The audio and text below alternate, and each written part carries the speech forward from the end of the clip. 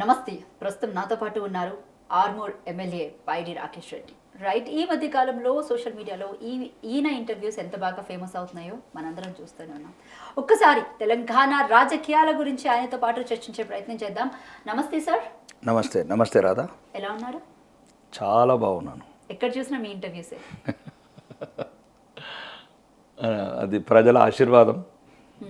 అంటే చూసే వ్యూవర్స్ కావచ్చు, ప్రజలు కావచ్చు, ప్రపంచవ్యాప్తంగా మీ ఛానల్స్ని, ఇంటర్వ్యూస్ని ఆదరిస్తూ రేటింగ్ ఇస్తున్న వ్యూవర్స్ అందరికీ నాకు ప్రత్యేక ధన్యవాదాలు. సార్, అసలు మీరు రాజకీయాల్లోకి ఎలా వచ్చారు? అంటే మీరు ఎమ్మెల్యేగా అవ్వడానికి పడ్డ కష్టం ఏంటి? నేను వాళ్ళేది ప్రజలు పడ్డారు, లేకపోతే 2 నెలల్లో ఎమ్మెల్యే కావడం ఏంది? చాలామంది నాయకులు పడతారు, 4 సార్లు ఓడిపోయి 2 సార్లు ఇట్లా ఈ రకంగా 30 ఏళ్ళ నుంచి 40 ఏళ్ళ నుంచి రాజకీయాలు ఉన్నది. నేను 2-3 మంత్స్ నుంచి రాజకీయాల్లోకి వచ్చాను. వచ్చిన తర్వాత 87 గ్రామాల ప్రజలు, నా కార్యకర్తలు, భారతీయ జనతా పార్టీ కార్యకర్తలు, మరి ముఖ్యంగా నాలో వాళ్ళ కుటుంబ సభ్యుని చూసుకున్న ప్రజలందరూ నన్ను గెలిపించుకున్నారు. కాబట్టి వాళ్ళ రుణం జీవితాంతం తీర్చుకోలేదు. అంటే ముందుగానే ఏమైనా గ్రౌండ్ రిపోర్ట్ చేసుకున్నారా? నాకు టికెట్ వస్తుంది అని, లేకపోతే నేను ఎమ్మెల్యే అవుతానని, ఇట్లా ఏం లేదు. రైట్, ఎమ్మెల్యే అయిన తర్వాత మీ నియోజకవర్గానికి సంబంధించి సమస్యలు ఏం తెలుసుకున్నారు? ఇప్పటి వరకు మీరు చేసిన అభివృద్ధి ఏంటి ఈ 10 నెలల కాలం? ఈ 10 నెలల కాలంలో రాష్ట్ర ప్రభుత్వంలో ఉన్న ముఖ్యమంత్రి గారు కావచ్చు, మంత్రులు కావచ్చు, 30 జిల్లాలకు ఏమైనా ఇస్తే కదా. నేనే కాదు, కాంగ్రెస్లో కూడా ఇవ్వట్లేదు, బీఆర్ఎస్ కాదు, ఎవరికి ఇవ్వట్లేదు. వాళ్ళు 3 జిల్లాల వాళ్ళే దూసుకుపోతున్నారు. మహబూబ్ నగర్, ఖమ్మం, నల్గొండ, అంతే. ఇంకేమైనా ఉంటాయి కదా. ఉంటేదని గవర్నమెంట్ ఆఫ్ ఇండియా నుంచి ఫండ్స్ వస్తున్నాయి. ఇప్పుడు అమృత్ స్కీమ్ అని తీసుకొచ్చాము, 43 కోట్లు. ఎన్ఆర్జీఎస్ ఫండ్స్తో రోడ్లు వేయించాము. కొన్ని ఎన్ఆర్జీఎస్ ఫండ్స్తో రోడ్స్ కావచ్చు, డ్రైనేజ్ కావచ్చు, ప్రకృతి వనాలు కావచ్చు, లేకపోతే వైకుంఠ ధామాలు కావచ్చు, ఇట్లాంటివి చేస్తున్నాం. ఏదైనా సెంట్రల్ గవర్నమెంట్ ఫండ్స్ దానివల్ల ఏదైనా జరుగుతున్నది, నావా నడుస్తున్నది అంటే సెంట్రల్ గవర్నమెంట్ వల్ల నడుస్తున్నది. రాష్ట్ర ప్రభుత్వం నుంచి ఇంతవరకు 1 రూపాయి కూడా రాలేదు. నిరంతరం పోరాడుతున్నాం. ఈ సిగ్గులేని ప్రభుత్వాన్ని, రాజ్యాంగ విలువలకు తిలోదకాలు ఇచ్చిన ముఖ్యమంత్రి అండ్ మంత్రులకు కూడా చెప్తున్నాను, ఇది ఎప్పుడో ఒకప్పుడు దానికి తగిన శాస్తి అనుభవిస్తారు. మా నిజామాబాద్ జిల్లానే కదా, మా నిజామాబాద్ జిల్లా అయితే మరీ అన్యాయం. మంత్రివర్గం స్థానం కూడా లేదు మా జిల్లా వాసులకు. ఒక్కొక్కడేమో ముగ్గురు అయినారు ఒక్కో జిల్లాకు. ఆదిలాబాద్ జిల్లాలో మంత్రి లేడు. ఇదే అంటే ఒక పక్షపాత ధోరణితో ప్రవర్తిస్తున్నారు దక్షిణ తెలంగాణ వాళ్ళు. ఇది ఎప్పటికో ఒక రోజు గుణపాఠం నేర్పుతాం ఈ దక్షిణ తెలంగాణ వాళ్ళకు. ఉత్తర తెలంగాణ వాళ్ళు పార్టీలకు అతీతంగా అన్ని పార్టీలం ఒకటై, ఉత్తర తెలంగాణ ప్రజల అందరం ఒకటై, ఈ దక్షిణ తెలంగాణ మంత్రులు కావచ్చు, ముఖ్యమంత్రులు ఏదైతే దోసుకపోతున్నారో అవన్నీ లాక్కొచ్చుకుంటాం మళ్ళీ మా వాటా. అంటే దాదాపు తెలంగాణ ప్రజలంతా బీజేపీ పార్టీకి 8 ఎంపీ సీట్లు పట్టం కట్టారు. ఎంత అభిమానం లేకపోతే బీజేపీ పార్టీకి మార్పు కావాలేమో అనుకొని అటు కాంగ్రెస్ పార్టీకి ఏ విధంగా 8 సీట్లు ఇచ్చారో, ఇటు బీజేపీ పార్టీకి కూడా అదే విధంగా 8 సీట్లు ఇచ్చారు. కానీ ఎందుకు కేంద్రంలో నుంచి ఒక్క నిధులు కూడా తీసుకురాలేకపోయింది బీజేపీ పార్టీ? ఎవరు చెప్పారు మీకు?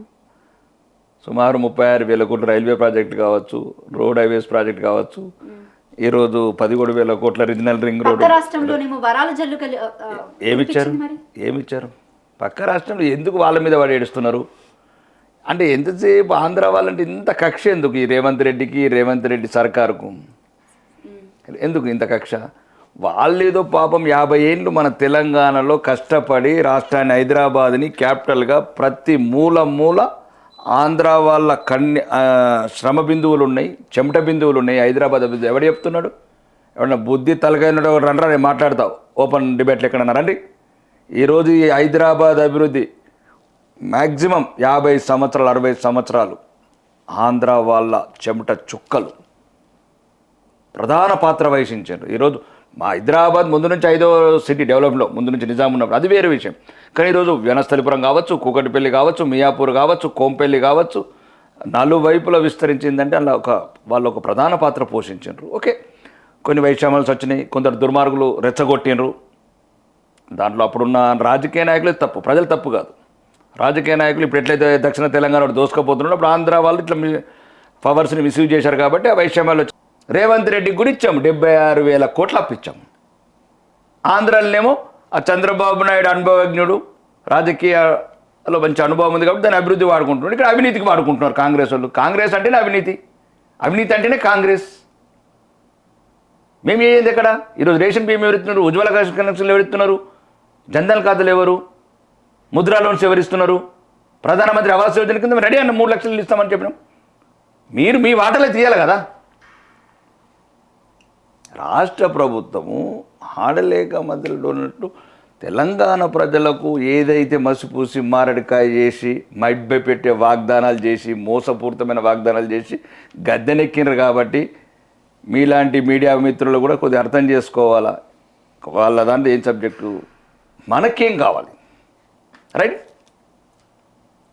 ఈరోజు కాజీపేట కోచ్ ఫ్యాక్టరీ కావచ్చు, రామగుండం ఎరువుల ఫ్యాక్టరీ కావచ్చు, మేము ఏది ఎక్కడికి వెళ్ళొచ్చినాయి, 6 లైన్ల రోడ్లు కావచ్చు, సికింద్రాబాద్ స్టేషన్ ఆధునికన కావచ్చు, చర్లపల్లి స్టేషన్ కావచ్చు. ఇప్పుడు మేము ఏంది ఎవరిచ్చిండు, ₹1 అన్నదా రాష్ట్ర ప్రభుత్వం? డబ్బులు లేకపోతే మూసి ప్రాజెక్ట్ ఎలా చేపడుతున్నారు?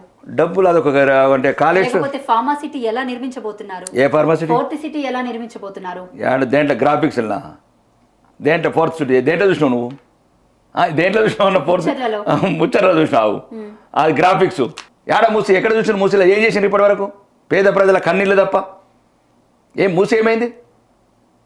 ఎవరో రాబర్ట్ వాద్రా క్లియర్ గా స్టేట్మెంట్ ఇస్తున్నారు కదా, మూసి రీజనరేషన్ ఎవరైనా అడ్డుకోవడానికి వస్తే బుల్డోజర్లతో ఎక్కించి తొక్కిస్తా అన్న మాట కూడా వినిపించింది. మరి స్వయాన సీఎం రేవంత్ రెడ్డి ఈ కామెంట్ చేయడం కూడా कितना दिन रहता, कौन कितना दिन रहता, कौन कितना, रेवंत कितना दिन का सीएम रहता? హైదరాబాద్ ప్రజల సొంతం, మూసి ప్రజల వాళ్ళ జీవితాంతం సంపాదించుకున్నారు.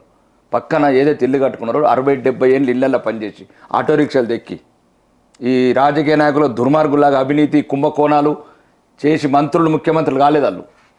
మేము మొన్న ఒక పర్యటనకి వెళ్తే రామంతపూర్లో ఒక 70 ఏళ్ళ వృద్ధురాలు చెప్తున్నది, అయ్యా మేము 40 ఏళ్ళు గిన్నెలు దోమినా బట్టలు ఉతికినా ఒకరింట్లో ఒకసారి ఎంతెంత డబ్బు వస్తుందో 50 గజాలు 50 గజాలు. ఎవరు చెప్తా దుఃఖం, ఎవడింటాడు, ఎవరికి అర్థమవుతుంది వీళ్ళకు ఈ దుర్మార్గులు? ఎందుకు బీజేపీ మొత్తం ఆ సమస్యను బయటికి తీసుకొచ్చింది మేమే. ప్రతి మూసీ నుంచి ఇక్కడ నుంచి అక్కడి వరకు, ఎక్కడైతే గండిపేట వరకు ఏదైతే ఉందో మూసీ ప్రాంతంలో ఎక్కడెక్కడైతే నష్టపోతున్నారో పేదల తరపున నిలబడ్డాం మేము. ఎక్కడుంది ప్రతిపక్ష నాయకుడు చూసినావా ఇప్పటికి? నువ్వు ఈ రాష్ట్ర ప్రధాన ప్రతిపక్ష నాయకుడు చూసినావా ఇప్పటికీ? ఏ మీడియాలో చూసినరా? ఒక్కటి చెప్పండి. ఈ రాష్ట్రంలో 4.5 కోట్ల మంది చెప్పండి, లేకపోతే వందలాది మీడియా ఛానల్స్, సోషల్ మీడియాస్, ప్రధాన ఛానల్స్ ఒక్కడన్నా చెప్పండి రా. తెలంగాణ ప్రజల ప్రతిపక్ష నాయకుడు ఎక్కడ కనబడ్డా? ఏ సమస్యను స్పందించిండా? మేము మూసి ప్రజల తరపున పోరాడింది మేము, దీక్షలు చేసింది మేము, నిరసన తెలిపింది మేము. ఇది ప్రజాస్వామ్య దేశం, ప్రజాస్వామ్యయుతంగా చేస్తున్నాం. అరేకి చూడు బిడ్డ, బుల్డోజర్లు ఎక్కిర్రా చూద్దాం ఓడెక్కిస్తాడో. ఛాలెంజ్ చేస్తున్నాయి ఛానల్ ద్వారా. కొడుకులారా బుల్డోజర్లు ఎక్కించే ప్రయత్నం చేసిన ఆ బుల్డోజర్ల కింద ఆ బుల్డోజర్ల కింద దొక్కి పెడతాం. ఎవడైతే కామెంట్లు చేస్తున్నాడు పేద ప్రజల తరపున. మూసి చుట్టూ ఆల్మోస్ట్ 1,50,000 ఇల్లు ఉన్నాయి. మళ్ళీ అదే చెప్తున్నాను రాధా, మేము అదే చెప్తున్నాం. ఎవడైతే బుల్డోజర్లతోని పేద ప్రజలను దొక్కుతున్నాడో అదే బుల్డోజర్ల కింద తొక్కుతాం, బరాబర్ దొక్కుతాం. పేదల తరపున నిలబడతాం, పేదలను కాపాడుకుంటాం.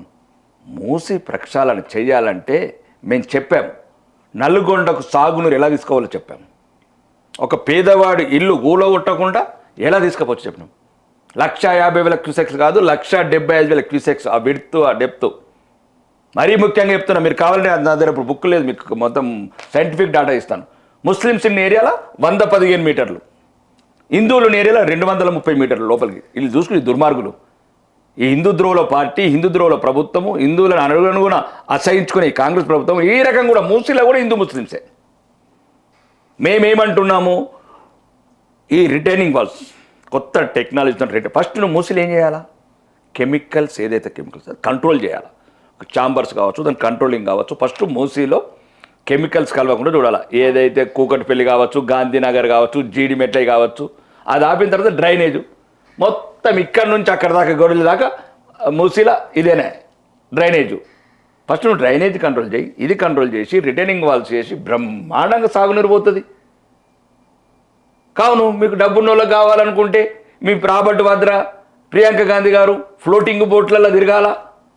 పక్కనే ఎక్కడ వెనిజులా అనేది ఒక కంట్రీ ఉంటుంది, మొత్తం మనము జస్ట్ లైక్ ఇట్లా తిరగచ్చు. పడవ బోటు మీద మరి తిరిగి వచ్చినట్టు రాబట్ వాద్రా తిరగాలని చాలా ఉన్నాయి. దుబాయ్ వెళ్ళండి, చెప్పాం, చాలా సలహాలు చెప్పాం. మ్యాన్ మేడ్ లేక్స్ ఉన్నాయి, ఏమంటారు కోకాపేట మొదలు పెట్టుకోండి, మోకిలి మూసీ చుట్టూ ఎట్లేదైనా సరే ఫుట్ పాత్స్ వేసి లేకపోతే దాని ఒక సుందరీకరణగా ప్రక్షాళన ఒప్పుకుంటున్నాం. సుందరీకరణ ఎందుకు అంటున్నా? పేదోడు కడుపు సుందరీకరణ ఎందుకండి? ఎవరికి షాపింగ్ మాల్ ఏమి అవసరం? హైదరాబాద్ డెవలప్మెంట్ అంటే మళ్ళీ హైదరాబాద్ డెవలప్మెంట్ లేదా? ఇటు 358 కిలోమీటర్ల రీజనల్ రింగ్ రోడ్ వస్తుంది, 50 లక్షల ఎకరాల భూమి, లక్షలాది ఎకరాల భూమి వస్తుంది. మీరు భలే మాట్లాడుతున్నారు.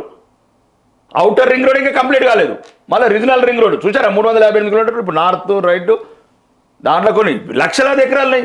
దాంట్లో కూడా రాపించిన వాళ్ళ ఎవరు చెప్పేవాళ్ళు లేడు, వినేవాళ్ళు లేడుగా. ఇక్కడ ఏమున్నదండి ఇప్పుడు? ఎక్కడ ఇది లంగారాజు, గాంధీనగర్, ఇవన్నీ ముఖ్యంగా పేదలండి, మరీ పేదలు. ఏమున్నది వాళ్ళకి నష్టం కాకుండా వేద్దాము. వాటర్ నల్గొండకు సాగునీరు ఇద్దాం. మాకు నల్గొండ మీద రైతుల మీద ఇబ్బంది లేదు. కానీ ఏదైతే మీరు పక్కన షాపింగ్ మాల్లు, ఐమాక్స్ లాంటి థియేటర్లు, పక్కన బార్లు, పబ్ కల్చర్, మరి రేవంత్ రెడ్డికి ఎందుకు ఈ మధ్యన అది కూడా పట్టుకున్నది? ఆ బంజారాస్ ఈయనే ఉంటాడు, ఆ పబ్లో చుట్టుపక్కల ఉంటాయి కాబట్టి ఆయన పట్టుకున్నది ఎట్లా? ఏముంటుంది మీకు? కాదు, ఒకవేళ అట్టనే మీరు పెట్టాలనుకున్నారు పెట్టండి. గౌడెల్లి దాటిన తర్వాత అక్కడ ప్రజలు ఏదైతే ఎక్కడైతే ఇల్లు స్థలాలు ఉన్నాయో అక్కడ వరకు వదిలేయండి. అక్కడ నుంచి నల్గొండ దాకా పెట్టండి. డబ్బు నుండి అడిగిన పోతారు రాదా? మొయినాబాద్ పోతలేరా? చేసుకొని రా బాబు, డబ్బు ఉన్నది కదరా. పేదోళ్ళ కన్నీళ్ళు ఎందుకు తాగుతారా? అంటే బీజేపీ వాళ్ళకి ఎవరికి లేవు ఫామ్ హౌస్లు? మేము ప్రణాళిక నేనేమంటారు, మీరు వాళ్ళని తాగం కద్దంటలేము, మొయినాబాద్ పోయి ఫామ్ హౌస్లలో కులకం కద్దంటలేము, గెలకం కద్దంటలేము, జొన్నవాడ గెస్ట్ హౌస్లలో పార్టీలు చేసుకోండి, క్యాసినోలు ఆడండి. కానీ పేద ప్రజల కన్నీళ్లతో ఎందుకు ఆడుకుంటారో అంటున్నాం అంతే. మేము మూసి సుందరీకరణ కూడా ఎక్కడ పేద ప్రజలు నష్టపోకుండా నువ్వు ఇద్దరిని సుందరీకరణ తప్పలేదు. ప్రక్షాళన అంటే ఏంది రాదా? ఫస్ట్ నువ్వు ఏదైతే కెమికల్స్ కలుస్తుందో దాన్ని కంట్రోల్ చేయి, డ్రైనేజ్ కలుస్తుందో కంట్రోల్ చేయి, రిటైనింగ్ వాల్స్ కట్టండి, వాటర్ మంచిగా వెళ్ళిపోతుంది.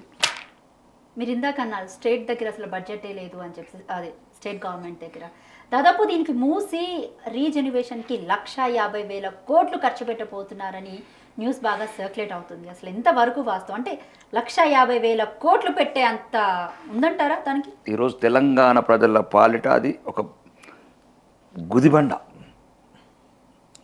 అండి. ఒక ఎకరం వడ్లు వండియాలంటే 13 లక్షలు ఖర్చు అవుతుంది. ఎకరం పంట వండి చచ్చేది 65,000. అసలు మీరు ఎవ్వరు కూడా మీడియా కానీ, సైంటిస్టులు కానీ, ఇంటలెక్చువల్స్ కానీ దయచేసి ప్రజలకు అవగాహన కలిగించాలి. ఈ ద్రోవులందరూ ఎటువంటి అర్హత లేనోళ్ళు ఈ పదవులకు వచ్చి ముఖ్యమైన పదవులకు కానీ రాష్ట్ర ప్రజల భవిష్యత్తు తాకట్టు పెడుతున్నారు.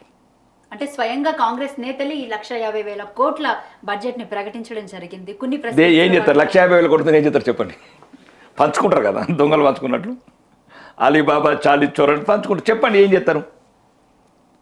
ఏంది 1,50,000 కోట్లు అంటే? పేద వందలాది కిలోమీటర్లు చేస్తేనే 2,000 కోట్లు అయింది. గంగా నది ఏమో ఇంత అయింది, అన్ని 100 కిలోమీటర్లు చేస్తే. నమో గంగా, సబర్మతి. చెప్పండి కదా ఏం చేస్తారు మీరు? చెప్పండి 1,50,000 కోట్లు ఏం చేస్తారు? ఇంతకుముందు టీఆర్ఎస్ ప్రభుత్వం ఉన్నప్పుడు ఫస్ట్ ప్రపోజల్ 5,600 కోట్లు. ఇక్కడ నుంచి ఇక్కడ మనం బ్రిడ్జ్లు కావచ్చు, ఏది చాదర్ఘాట్ మీద అండ్ అక్కడ లంగర్ హౌస్ దగ్గర కొన్ని ఒక 6 బ్రిడ్జ్లు, పక్కన సుందరీకరణ, ఏదో పాపం మరి అంత అద్మానం పోలేదు. కానీ 5,600 కోట్లు అయిపోయేది, దాన్ని 1,50,000 కోట్లు అంటారు. పిచ్చా ఎట్లా? మళ్ళీ అప్పులు తెచ్చి ఆసిఫాబాద్ మీద, ఆదిలాబాద్ మీద, ఆర్మూర్ రోడ్ మీద, మా గుండెల మీద ఈ అప్పులు తెచ్చి ఆ బ్యాంక్ ఈ బ్యాంకులు తెచ్చి ఇక మా ఫ్యూచర్ జనరేషన్ మొత్తం తాకట్టు పెట్టుండ్రు. ఇక మేము రేపు తెల్లారి పెట్రోల్ పోసుకుంటే 300 రూపాయలు కావాలా, ఆయిల్ కొంటే 200 రూపాయలు లీటర్ కావాలా, ఇక రిజిస్ట్రేషన్ ఛార్జీలు పెంచుతారు, ఇక లిక్కర్ ఛార్జీలు పెంచుతారు. ఆ పేదోడికి ఒకటి బలహీనతున్నది కాబట్టి ఇక మొన్ననే పెంచినారు పాపం. ఆ రోడ్ ఏ పాపాన్ని వేసిండో కానీ రోజు తాగుకుంటూ తిరుగుతున్నారు. బీరుకు పెంచారు, విస్కీకి పెంచారు. పేదోడు బలహీనతనే కదా మీకు కావాల్సింది, పేదోడు బలహీనత పెట్టుబడి. కాబట్టి మూసి మానేయండి ఇవన్నీ. రేవంత్ రెడ్డి గారికి కూడా చెప్తున్నా, అది రేవంత్ రెడ్డిని పదవి దించతందుకు ఆడుతున్న ప్రణాళిక ఇది. ఆయనకు అర్థం కాక పిస చేసుకుంటున్నాడు. అవి అంటే ఎందుకంటే ఎన్నుకున్న వాళ్ళంతా 6 ముఖ్యమంత్రులు ఉన్నారు. రేవంత్ రెడ్డిని ఏదో ఒక రంగం తప్పటాడికి ఏపిచ్చేసి రేపు తెల్లారిగా ఢిల్లీలో ఉన్న సుల్తాన్లు ఒకటే రోజు పొద్దుగల ఫోన్ చేస్తారు, పోయి ముఖ్యమంత్రి పదవి రిజైన్ చేసి గవర్నర్కి ఇవ్వమని. కాబట్టి మూసి అనేది ఒక కాంగ్రెస్ నాయకులు, కాంగ్రెస్ ప్రభుత్వం కుట్రలో భాగం. పేద ప్రజల పాలిట అదొక శాపం. కాబట్టి దాన్ని ఎట్టి పరిస్థితిలో కూడా ఒప్పుకోము. మీరు ప్రక్షాళన చేయండి, సాగునీరు తీసుకుపోండి, అంతవరకే. బీజేపీ పార్టీ కాంగ్రెస్ పార్టీ తెలంగాణలో ఒకటే వైపు అడుగులు వేస్తుంది. ఏమంటారు ఈ మాటకి? బీజేపీ కాంగ్రెస్ ఎస్, నేను కామెంట్ కూడా విన్నాను ఇక్కడ. రేవంత్ రెడ్డి కాంగ్రెస్ పార్టీకి బీటలు వేస్తున్నాడు, బీజేపీ పార్టీకి బాటలు వేస్తున్నాడు అని కూడా విన్నాను. ఏమంటారు? లేదు, తెలంగాణ ప్రజలు బాటలు వేస్తున్నారు. హిందూ ద్రోహులు, హిందూ వ్యతిరేక పార్టీలు, హిందువులను అడుగడుగును ఆశ్రయించుకునే ఇతర మతస్థులు వాళ్ళు బీటలేయడానికి ప్రయత్నం చేస్తున్నారు. కానీ హిందువులు తెలుసుకున్నారు. అయితే ధర్మపురి అరవింద్ రీసెంట్ గా లగచర్ల లడాయిలో ఫార్మా సిటీ గురించి కొన్ని చేసినటువంటి కామెంట్స్ చాలా ఆసక్తికరంగా అనిపించింది అన్నమాట. ఏమనిపించింది? ఒకటి రాధా, ఇప్పుడు లడచర్ల ఉంది, నిజంగా నేను ఈ రాజకీయాలకు అతీతంగా చెప్తున్నా, మీరున్న ఛానల్స్ అందరు దయచేసి పోండి. నేను వెళ్ళాను, నేను కూడా వెళ్ళాను. ఉమెన్ మీద మాలిస్టేషన్ జరిగింది, ఫస్ట్ బయటికి పెట్టిందే మేము. అలా కాదండి, కొట్టకూడని చోట కొట్టుకుంటా, చూడని చోట ముట్టుకుంటా. అవును, అదెందుకు ప్రజాస్వామ్యంలో వాడు దూరా అన్నావు? మేము ఏదంటున్నామో ఇప్పుడు ఫార్మర్స్ దీని మీద బీజేపీ పార్టీ పెద్దగా స్పందించలేదు. మేమే పోరాడుతున్నామంటే బీఆర్ఎస్ కేసులకు భయపడి రకరకాల భయపడి లోపాయక ఒప్పందాలని మేము ఏమంటున్నాము. ఈ రోజు మరి లగచర్ల బాధితుల్ని ఢిల్లీ తీసుకెళ్ళింది ఎవరు? ఇగో ఢిల్లీ తీసుకెళ్ళరా, ఢిల్లీకు ఎందుకు తీసుకెళ్లారా తర్వాత మాట్లాడతాం రాజకీయాలు. మేము ఆ ఫార్మా క్లస్టర్స్ వ్యతిరేకిస్తున్నాం క్లియర్గా. ఎక్కడైతే 12,000 ఎకరాలు 13,000 ఎకరాలు మీరు ఫార్మా సిటీ పేరు మీద ప్రొక్యూర్ చేసుకొని పెట్టుకున్నది ప్రభుత్వం, రాష్ట్ర ప్రభుత్వం. ఆల్రెడీ హైకోర్టులో అఫిడవిట్ కూడా ఇచ్చింది రేవంత్ సర్కార్. 15,000 ఎకరాలు మేము ఫార్మా సిటీ అని ఇప్పుడు కూడా అఫిడవిట్ ఇచ్చింది హైకోర్టులో. కాబట్టి ఒకవేళ మీకు ఏమన్నా ఉంటే అప్పుడున్న రాజకుటుంబంతో పంపకాలలో తేడా వచ్చింది, అలా ఒక 2-3 ఎకరాలు కొట్టేసిండ్రని మీకున్న డాటా, అదే గవర్నమెంట్ దాని డాటా ఉంటుంది కదా, రెవెన్యూ డాటా అంతా మీదే, అన్ని డాటా మీదే. కాబట్టి మీరు ఏదైనా పంపకాలు చేసుకుంటారు. ఒకవేళ ఏమైనా కొట్టేసింది ఉంటే వాటాలు తీసుకున్నది ఉంటే అవన్నీ మీరు సెటిల్ చేసుకుంటారు, చీకట్ల వ్యాపారాలు. కానీ పేద ప్రజలు మళ్ళీ లంబాడ బిడ్డలు, దళిత బిడ్డలు అక్కడ ఉన్నదంతా మేము వెళ్ళినప్పుడు అందరూ 2 ఎకరాలు 3 ఎకరాలు 1 ఎకరమే వాళ్ళు చెప్పింది. అంటే అది నిజంగా చెప్తున్నారు. అదా ఒక సామాన్యులు పేదవాళ్ళు ఏంటంటే పేగుబంధంలాగా పెంచుకుంటారు ఆ భూమిని. ఆ ఎకరం 2 ఎకరాలు ఉంటుంది కానీ తరతరాలుగా వస్తూ ఉంటుంది, వదులుకోలేరు. మళ్ళీ 2 ఎకరాలు అమ్ముతాయి, వీడేమో అంటాడు 3 రెట్లు ఇస్తా అంటాడు, 4 రెట్లు ఇస్తా అంటాడు, ఇక ఏదో నోటికి వచ్చింది చెప్తారు వీళ్ళు. కానీ డబ్బులు తీసుకొని పోతే వాళ్ళ సంతానం వృధా అయిపోతుంది, వాళ్ళు ఖర్చు పెడతారు. అంటే ఈ రకంగా కాదు. అంటే మీరు అట్లాంటి అంతకన్నా వాల్యూ అయినా భూములు ముందు ఇవ్వండి, వాళ్ళకు భూములు ఇవ్వండి, డబ్బులు ఇవ్వండి. నష్టపరిహారం ఇస్తాం, కొత్త రకం పెడతాం తెలంగాణలో. అంటే ఎకరానికి 15 లక్షలు ఇస్తాం. 15 లక్షలు, ఎకరం ఇచ్చి 15 లక్షలు ఇవ్వు, కానీ మళ్ళీ 15 లక్షల భూమి అడుగుకుంటాడు. 15 లక్షలు ఇచ్చి 60 లక్షలు ఇల్లు, ఒక గుంటలో ఇల్లు. ఒకటే చెప్తున్నానండి, 15 లక్షల ఇల్లు ఒక ఎకరం 15 లక్షలు ఇచ్చిన తర్వాత 15 లక్షల ఎకరం కొనిమను ఈ రేవంత్ రెడ్డి అన్న తిరుపతి రెడ్డిని కొనిమను కదా, వాళ్ళకి కొడంగలే కదా అది. నువ్వు నేను మొత్తం పోదాం, ఆడికే పోదాం, కొనిమను కదా 15 లక్షలకి ఎకరం, పచ్చటి పొలాలు. ఆయన మాట్లాడతాడు గుడ్లు పెట్టని భూములు అంటాడు. మేము వెళ్ళాం, పచ్చటి పొలాలు, 2 కార్లు పండుతున్న పంటలు. ఒకటి రాదా, ఎప్పుడు రాజ్యమే.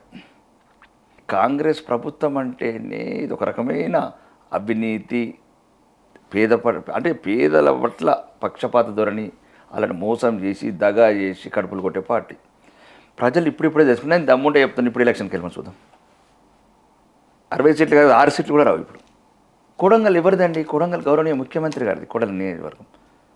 ఓకే, ప్రతిపక్షాలు బీజేపీ లేకపోతే సిద్దిపేటోడో సిరిసిల్లోడో, మీరు ఆ స్పందన చూడండి, ప్రజల తిరుగుబాటు చూడండి.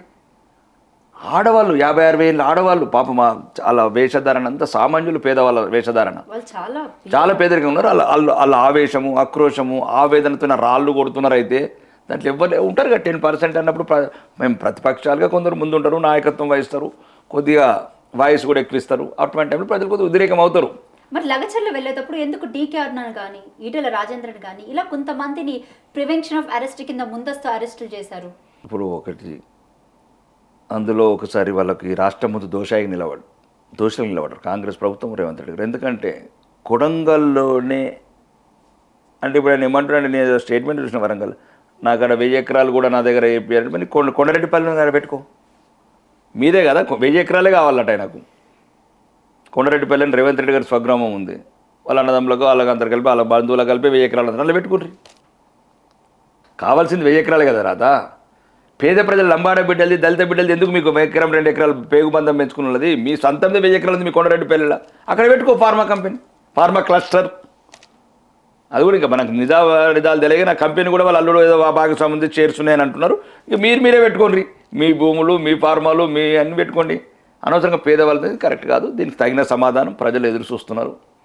ఇది మూసీ కావచ్చు, హైడ్రా కావచ్చు, అలాగే డీకే అరుణ ఆ రోజు అంటే ప్రివెన్షన్ ఆఫ్ అరెస్ట్గా అంటే ముందస్తు అరెస్ట్గా చేసే భాగంలో కొంచెం నోరు జారినటువంటి సందర్భం ఒకటి కనిపించింది. అంటే బేసిక్గా ఆ విధమైన మాటలు ఇప్పటి వరకు రాజకీయ నాయకులు ఈ 10 ఏళ్లలో కానీ లేకపోతే 15 ఏళ్లలో కానీ ఎప్పుడు కూడా వినలేదు. అలాంటి మాటలు ఈ మధ్య కాలంలో వస్తున్నాయంటే ఏమనుకోవాలంటే ఓ పక్క నుంచి సీఎంను చూసే మిగతా రాజకీయ నాయకులు నేర్చుకుంటున్నారు అనుకోవచ్చా, లేకపోతే సీఎంని బట్టే మీరు ఇలా మారుతారు? బీజేపీ వాళ్ళు ఎప్పుడు మాట్లాడారు, అరుణక్క కూడా అట్లా మాట్లాడదు. అది చిన్న ఏదో అది ఎందుకంటే ఏదో గ్రాఫిక్స్ చేసినారు, దాన్ని సౌండ్ మార్చిండ్రు కావాలని, ఒక ఆడబిడ్డని అట్లా చేయాలని. అట్లా అరుణక్క అంటే సీఎం భాషా విధానాన్ని చూసి మీకు ఏమనిపిస్తుంది? నేను ఇంతకుముందు కూడా చెప్పాను, నాకు ఈ టైంలో శాసనసభ్యులు ఉండడం కూడా అసహ్యంగా ఉండదని కూడా చెప్పాను. అట్లాంటి భాష తెలంగాణ అసెంబ్లీ కూడా చెప్పాను అన్నమాట. ఆయన సీనియర్ శాసనసభ్యుడు దాన నాగేందర్ గారు, నీ ఇంకా దాదాపు 4 ఏళ్ల పాటు కొనసాగాలి, ఈ విధమైన భాష ఉంటుందంటారా? ఉండదనే కోరుకుంటున్నాం, ఉండద్దని కోరుకుంటున్నాం అంతే. ఇక ఇప్పుడు వాళ్ళకు ఒకటిసారి అట్లాంటి మాటలు మాట్లాడే ముందు ఆ హోదాలకు, అలాంటి వాళ్ళం కొత్త శాసనసభ్యులము, కొత్తగా వచ్చిన రాజకీయాలకు అప్పుడప్పుడు ఏదైనా మాట్లాడినా కొద్దిగా ఇబ్బందికరంగా ఏమి ఉండదు, ప్రజలు అర్థం చేసుకుంటారు. కానీ 20 ఏళ్ళ నుంచి మేము పుట్టినమే రాజకీయాల గురించి అనే నాయకులు నేను వ్యక్తిగతంగా కోరుకుంటున్నాను వాళ్ళని. రైట్. అయితే ఈ ఒక పక్క నుంచి రాజకీయం అంతా చూస్తుంటే భూముల చుట్టూ తిరుగుతుంది. మీరు ఏమంటారు ఈ విషయం ఈ విషయం గురించి? ఒక పక్క నుంచి మూసీ, హైడ్రా, ఫార్మా సిటీ, లేదా ముచ్చర్లలో పెట్టబోతున్న 4th సిటీ కానివ్వండి, లేకపోతే అంటే ఎటు చూసినా కూడా ఒక రియల్ ఎస్టేట్ వ్యాపారమే కనపడుతుంది నాకు. ఏమంటారు? అంటే ఒకటి రాజకీయ నాయకుడే పెద్ద దుర్మార్గమైన వ్యవస్థ ఇది. దీంట్లో ద్రోవులు అంటే క్రూరమైన క్రీడ ఇది రాజకీయం. ఇప్పుడు ఈ రకంగా డైవర్షన్ పాలిటిక్స్ కొత్త నేర్చింది కాంగ్రెస్ ప్రభుత్వం రాష్ట్రంలో. అప్పుడేమో అసలు ప్రభుత్వం లేదు, ప్రజాస్వామ్యం లేదు ఒకప్పుడు. ఇప్పుడు కొత్త రకం రాజకీయం. ఎందుకంటే ప్రజలకు వీళ్ళు 6 వాగ్దానాలు 7 వాగ్దానాలు చేసుకుంటూ వచ్చారు. ప్రజలు ఎక్కడ నిలదీస్తారు, ప్రజలు ఎక్కడ దీని మీద నిరసనలు చేస్తారు, ఎక్కడ ఉద్యమాలు చేస్తారు అని డైవర్షన్ చేస్తున్నారు పాలిటిక్స్. దాంట్లో ప్రతిపక్షాలు కావచ్చు, ఎటో తిరిగినా కూడా ఇష్యూస్ అన్ని ల్యాండ్ వైపే ఉన్నాయి. వాళ్ళు అదే చెప్తున్నాను కదా, ల్యాండ్ వైపు తిరిగినా ఏమి తిరిగినా వాళ్ళందరికీ తెలిసి మూసీ కాదు, హైడ్రా కాదని, ఇలాంటి చర్ల కూడా కాదు. వాళ్ళు గుంజుకుంటే నీలాంటి నాలాంటి ఉంటేనే ల్యాండ్ ఉన్నట్టు తీసుకుంటే ఏం కాదని తెలుసు. కావాలని 1 ఎకరం 2 ఎకరంలో పేదలను గుంజుకుంటారు. ఎక్కడంతో ఏది కావద్దు, ఈ చర్చలు పోవాలా, అన్నెసెసరీ డైవర్షన్స్ కావాలా పాలిటిక్స్. ఎందుకు అవుతుంది హైడ్రా? ఎట్లా అవుతుంది చెప్పండి? నేను రంగనాథ్ గారిని అడుగుతున్నా డైరెక్ట్. వాళ్ళు అన్ని అనుమతులు తీసుకొని కట్టిండ్రు. అనుమతి ఇచ్చిన వాళ్ళు చర్యలు ఏం తీసుకుంటావు నువ్వు? ఇది మాట్లాడే పద్ధత? అనుమతి అంటే ఏంది? ఒక అధికారి ఒక 100 మందికి నీలాంటి వాళ్ళకి అపార్ట్మెంట్లకు పర్మిషన్ ఇచ్చిండు. 100 ఒక అధికారి. ఆయన ఏమంటాడు రంగనాథ్ గారు, అనుమతులు ఇచ్చిన వాళ్ళ మీద చర్య ఏం తీసుకుంటావు చర్యలు? ఆ చర్యల వల్ల నీకేం లాభం వస్తుంది, ఏం ఉపశమనం వస్తుంది చెప్పండి? ఇప్పుడు వాడు పర్మిషన్ ఇచ్చాడు కాబట్టి జిహెచ్ఎంసీ హెచ్ఎండే పర్మిషన్ ఇచ్చాడు. పర్మిషన్ మనీ వాడు బ్యాంక్ లోన్ ఇచ్చాడు. మీరు ఒక 50 లక్షలు 60 లక్షలు పెట్టి అపార్ట్మెంట్ కొనుక్కుంటారు జీవితాంతం కష్టపడి. ఇప్పుడు ఎవరు కట్టాలి 60 లక్షలు? ఎవరు కట్టాలా? అంటే చెరువులు కాపాడుకోవాలి కదా. అది నేను ఏమన్నా కాపాడుకోదని అంటే నేను పర్మిషన్ ఇచ్చింది ఎవడు? నువ్వు చెరువులు కాపాడుకుంటావా, తూములు కాపాడుకుంటావా, మాట్లాడదాం, దాని గురించి మాట్లాడదాం. ఫస్ట్ పర్మిషన్ ఇచ్చిన నా కొడుకులు ఎవరు? ఒక్కొక్కరు 100 అపార్ట్మెంట్లకు ఇస్తారు ఆ కొడుకులు. ఊరు పెట్టిన దిక్కులది కొడుకులకు. ఆ క్రైమ్ వేరు, ఇది మొత్తం మానసికంగా లక్షలాది మందిని చంపుతున్నారు ఈ అధికారులు.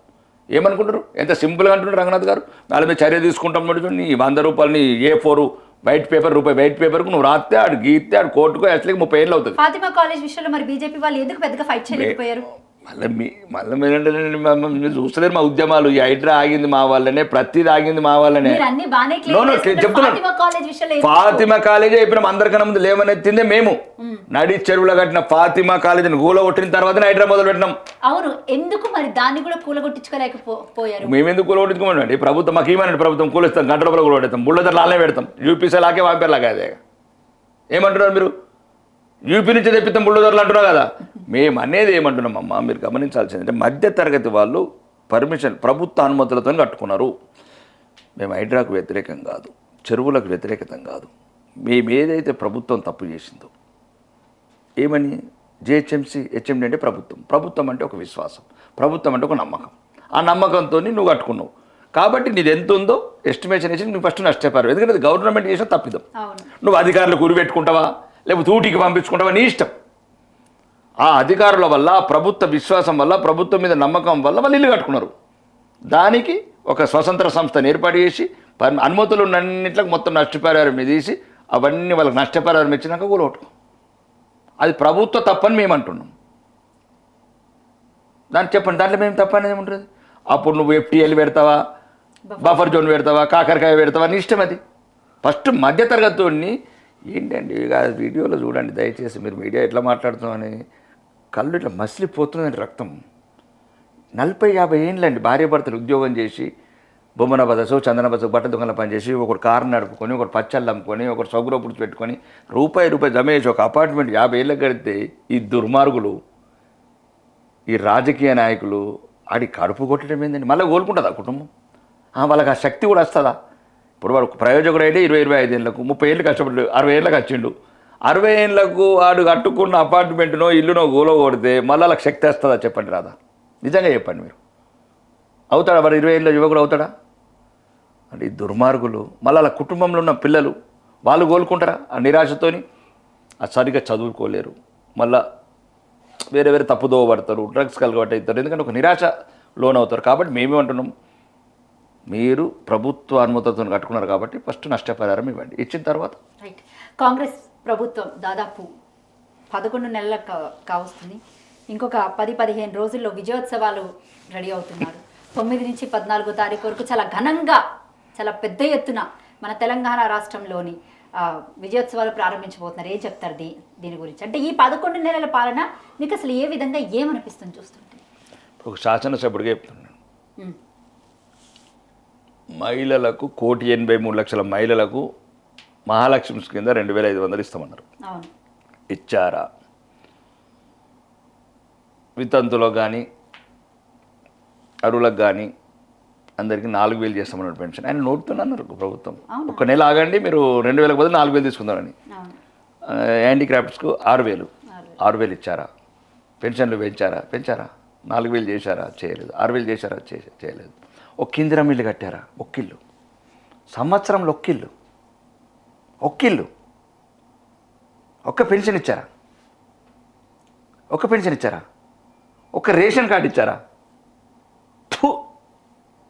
బతుకు ఏడా చెప్పండి కదా. ఒక్క రేషన్ కార్డు ఇచ్చారా పేదవాడికి? ఒక్క పెన్షన్ ఇచ్చారా అరువులకు? ఒక్క ఇల్లు కట్టారా? ఒక మహాలక్ష్మి కింద 2,500 ఇచ్చారా? వృద్ధులకు 4,000 ఇస్తామన్నారు పెన్షన్ ఇచ్చారా?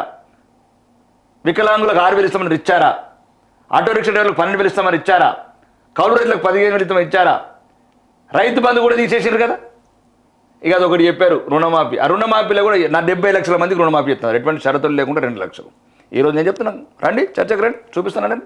రామచంద్రపల్లి, ఆలూరు, మా ఊర్లన్నీ చూపిస్తా, 90 ఊర్లలో చూపిస్తా. 30 ఏళ్ళు క్యాన్సర్ కాలేదు ఎన్నో. అవి ఏమంటే సాంకేతిక. ఏ సాంకేతికం? భూముల సాంకేతిక, ఆర్టిఫిషియల్ ఇంటెలిజెన్స్ అంటారు, అన్నీ అంటారు. పేదవాడికి రాదా ఇక సాంకేతికత? ఉన్నవాడికి అన్నది. మహారాష్ట్రలో జరిగిన ఎన్నికల ప్రచారంలో రేవంత్ రెడ్డి 6 గ్యారెంటీలు అమలు చేశామని క్లెయిమ్ చేసుకున్నారు. అడుగుతాడు పోయాడా మహారాష్ట్రడికి? చెప్పిన భాష సరిగ్గా అర్థం కాదు దానికి. మహారాష్ట్రుడు అడుగుతాడా? ఇక రమ్మన్. ఇప్పుడు నేను చెప్పిన అబద్ధం అయితే నేను రెడీ. దేనికి? రేవంత్ రెడ్డి నాకు కాదు, అలా ఒక ఎమ్మెల్యేని పంపిమనండి. ఆయన పెద్ద ఆయన 200 యూనిట్లు ఉచిత కరెంట్ ఇచ్చామని నేను అడిగింది ఒకటే 500కే గ్యాస్ ఇచ్చామని చెప్పుకున్నారు, ఫ్రీ బస్ ఇచ్చామని చెప్పుకున్నారు. మూడే కదా చెప్తా, మూడింటి కూడా చెప్తా. ఒక బస్సు కొన్నారా? ఒక కండక్టర్ని రిక్రూట్ చేసినరా? ఒక బస్సు కొన్నారా?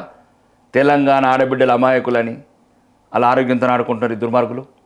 నేను చెప్తున్నాడు, ఆర్థోపెడిక్ హాస్పిటల్ అని ఏ విధంగా నిండిపోయినాయి ఈరోజు. ఒక్క బస్సులో 140 మంది ఎక్కుతున్నారు నాడు, 2 టైర్లు ఊడిపోతున్నాయి. అలా కుటుంబాలకు ఏమైనా అయితే ఎట్లా? ఎవరు కాపాడతాడు? ఏం మాట్లాడుతున్నారు మీరు? చదువుకునే విద్యార్థులకు బస్సులు లేవు, ఉద్యోగం పోయేళ్ళకు బస్సులు లేవు, హాస్పిటల్ పోయేళ్ళకు బస్సులు లేవు. ఒక కొత్త బస్సు మనం వెళ్ళి చూడండి, ఒక రోడ్డు రిపేర్ లేదా, గుంతలలో బస్సులు వాడి ఇక ఆర్థోపెడికల్ అంతా హైదరాబాద్ చుట్టూ తిరుగుతున్నారు డాక్టర్లు. ఏమైందిరా బాబు అంటే మొత్తం డబ్బులు వాళ్ళకు. ఈ 10 రూపాయల టికెట్ ఫ్రీగా పోతే పాపం ఆడబిడ్డలు ఆ నడుములు ఆ గుంతలలో పడి ఆ నడుము నొప్పులు బోన్స్ మిస్ప్లేస్ అవ్వడం ఇవన్నీ రిపేర్ అంటే ఇప్పుడు మొత్తము ఆర్థోపెడిక్ డాక్టర్లు చూడు ఉప్పల్లో కొంతమంది కొంటున్నారు, అటు విజయవాడ రోడ్ కొంతమంది కొంటున్నారు, మొత్తం డబ్బులు తెలంగాణ. అదొక నేరపూరిత చర్య. అది నీకు దమ్ముంటే కొను 5,000 బస్సులు, 5,000 మొత్తం మైళ్ళకి ఇచ్చే డైరెక్ట్ బస్సులు.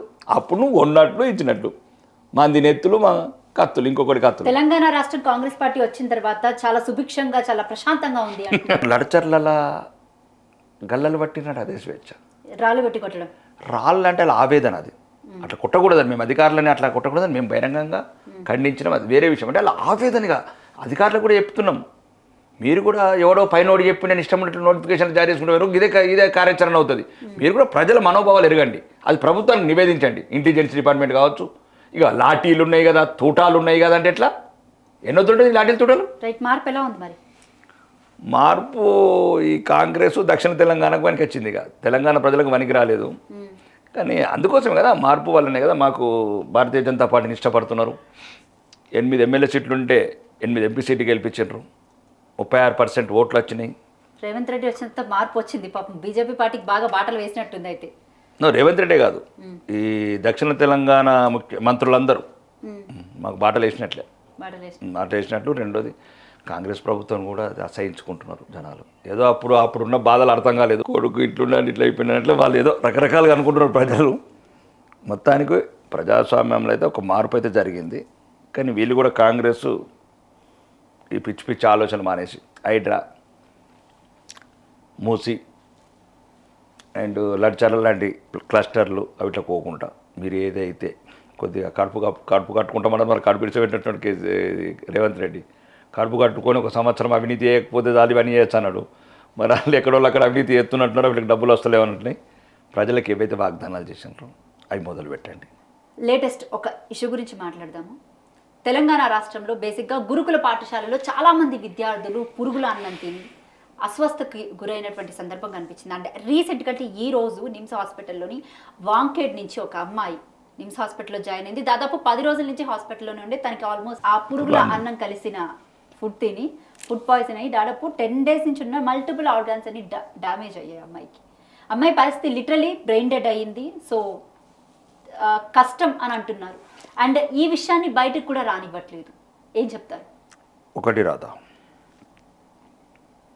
ఈ తెలంగాణలో అందరికన్నా ముందు ఈ గురుకుల హాస్టల్స్ కావచ్చు, స్కూల్స్ కావచ్చు, ప్రభుత్వ స్కూల్స్ కావచ్చు, ప్రతిస్పందించిందే నేను, ప్రశ్నించిందే నేను. క్లియర్గా అన్నాను ఒక సభలో, గ్లోబల్ సుమితరి సభలో వైస్రాయ్ హోటల్ అన్నాను, అసెంబ్లీలో పెట్టే అన్నం వాళ్ళకన్నా పెట్టండి, వాళ్ళకి పెట్టే అన్నం మాకన్నా పెట్టండి, ఈ సమస్య సాల్వ్ అవుతుందని చెప్పి ఇప్పటికి కూడా ఆ మాట మీద కట్టుబడి ఉన్నాను. ఫస్ట్ పోయిన సంవత్సరం డిసెంబర్లో నేను ఎమ్మెల్యే అయినాక 20 రోజులకు మాట్లాడాను ఆ స్పీచ్. చాలా సమస్యలు చూశాను నేను. అంటే 600 మంది అమ్మాయిలకు ఒక బాత్రూము, ఇప్పుడు మా కుద్వాన్పూర్ స్కూల్లో కారం నీళ్ళు కలిపి, నేను డైరెక్ట్ ప్రత్యక్షంగా వెళ్తాను. మీరు అందరు ఇక్కడ కూర్చొని చెప్తున్నారు. హాస్టళ్ళు స్కూల్స్ కావాలంటే మన నియోజకవర్గంకి వెళ్ళండి, మీరు అందరు చెప్తారు.